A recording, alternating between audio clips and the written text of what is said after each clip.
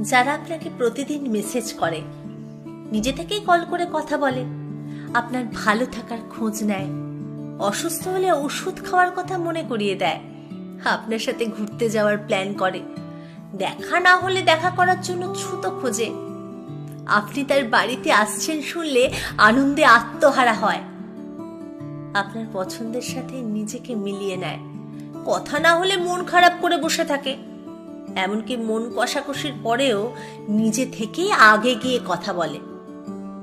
জানবেন, এই স্বার্থের রুক্ষ পৃথিবীতে কেউ একজন শুভাকাঙ্ক্ষী আপনার আছে, যে আপনার ভালো চায়, যে আপনাকে সত্যিকারের ভালোবাসে।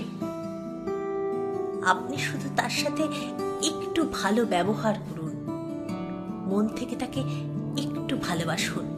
আপনি ভাবতে পারবেন না সে আপনার জন্য ঠিক কতটা স্যাক্রিফাইস করে দিতে পারে।